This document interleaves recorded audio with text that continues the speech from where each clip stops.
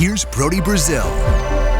For anybody that watches sports, there's probably the realization that some teams you just do not like. Whether it's a backstory or some direct history or that other team's logo or their colors or their fan base, whatever it is that sets you off, you just do not like that team. I think for me, the Baltimore Orioles are the exact opposite of that. I've always liked the O's, the bird as the mascot and the logo and their ballpark, Camden Yards and the warehouse, and it was the first of its kind, and every other ballpark kind of copied that after the early 90s. And Baltimore is kind of an underdog team and story. I've always liked that about the Orioles. I also like their recent trajectory on the field.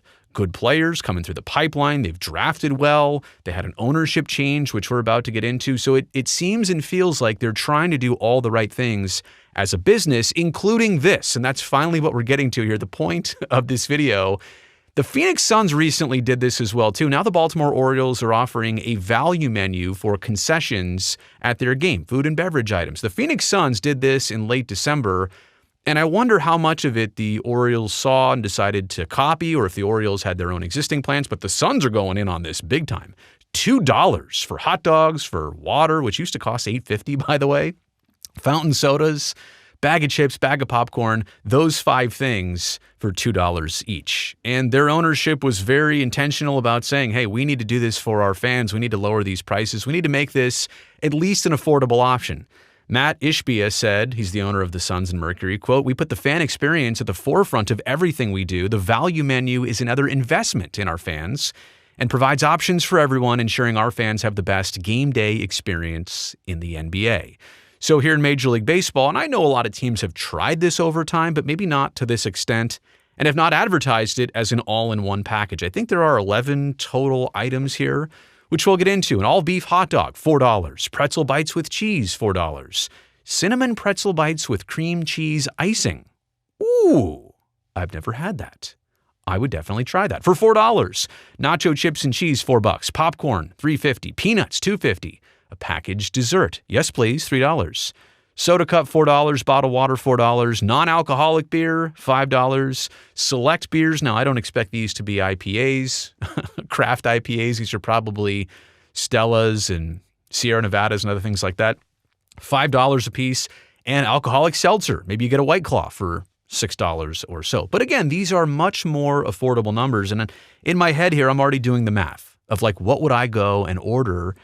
And I really do feel like I could get something for myself for the entire game for about $15. Now, Maryland sales tax not included, so add on a couple bucks here. But the point is, you could feed yourself, be good for the rest of the game for $15, as opposed to sometimes getting one item for $15 or one drink for nearly $15. And look, that is the case across sporting venues nationwide and really across the globe. You know, it's an expensive proposition.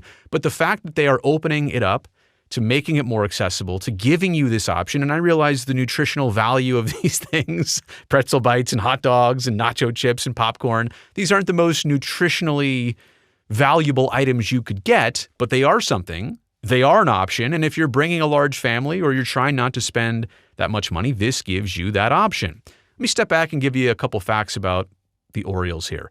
The Birdland Value Menu, that's what they're calling this. It's not just available at one concession stand. It's available at 10 different locations within Oriole Park, including 6 different locations on the main concourse itself.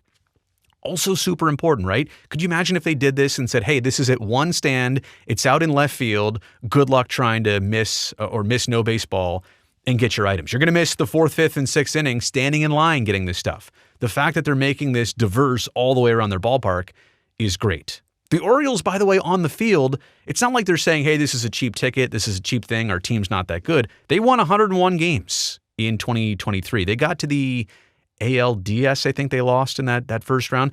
And then last season, they also got back to the playoffs, but they lost a wild card series, and I don't think they won a game in it. But the point is, they've been a playoff team 2 years in a row. They're trying.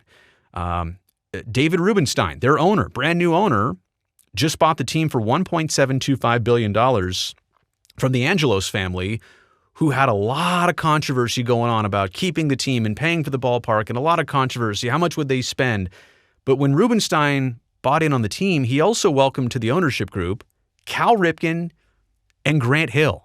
And Rubenstein, from everything I've heard and understand, is a longtime Orioles fan. Like, this is a passion project. Yeah, he's got a lot of money. He's worth a tremendous amount of value financially, but he's buying into something not as a business, but something he loves. So you're starting to see all these right things happen for the Orioles. They're on track, by the way. Now, you talk about, making a statement. Money talks, right? The Orioles used to be one of the bottom feeder teams in terms of team payroll. Well, they've got a bunch of up-and-comers now. They want to keep those players. They want to bring in new players to surround them, good, solid players. They are on track to spend $146 million on their player payroll for 2025. Do you know where that puts them? Precisely 15th over all the teams. That is exactly the league median of spending on payroll. They're no longer a bottom feeder team. So they're doing all this. They're improving their product. Ballpark's always been great. I know that they just got a bunch of money approved to upgrade and keep Camden Yards as beautiful and pristine as it's always been. So all these things going well, and now you're adding in the option to get food at least a reasonable value if that's what you're trying to do. Katie Griggs is the Orioles president of business operations. Katie says this, quote, "Our fans are the heart and soul of this organization. By offering more affordable food and beverage options, we are directly reflecting our commitment to them. We want Oriole Park at Camden Yards to be a welcoming place where all fans can feel at home and have a great time. We believe these changes will greatly enhance the overall fan experience, allowing everyone to create the experience that best fits their needs," end quote. And this is from MLB.com. With tickets available for as low as $15, their Kids Cheer Free program, sponsored by Baltimore area Chick-fil-A restaurants, and the addition of the Birdland value menu, a family of 4 can enjoy an Orioles game for less than $100. Right? And isn't that what it's all about in this day and age of everything costing more, right? Take sports even out of the equation. Everything costs more. I just got our utility bill. Oh my goodness.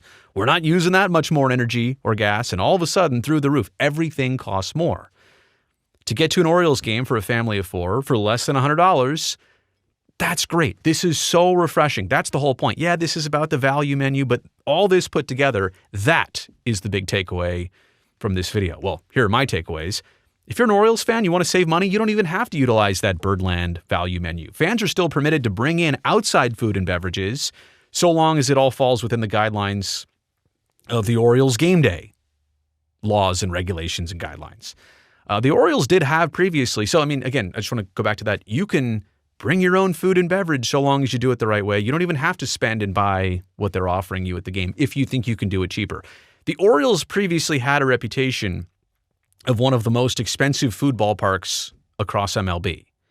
And to some part that was backed up by evidence, to another part that was just kind of hearsay. But in May 2023, a report by USA Today's Jordan Mendoza found that using information from 28 of 30 teams, the Orioles had the most expensive hot dog in baseball, 2023, $8.25. And they were tied for the second most expensive beer at 69 cents per ounce. Well, they're getting away from that. And don't think for a second that David Rubenstein, when he bought the team, didn't know all that, didn't hear all that. And now, of course, it takes a year, right? He bought them in early 2024. It takes a year to implement the things you're trying to do.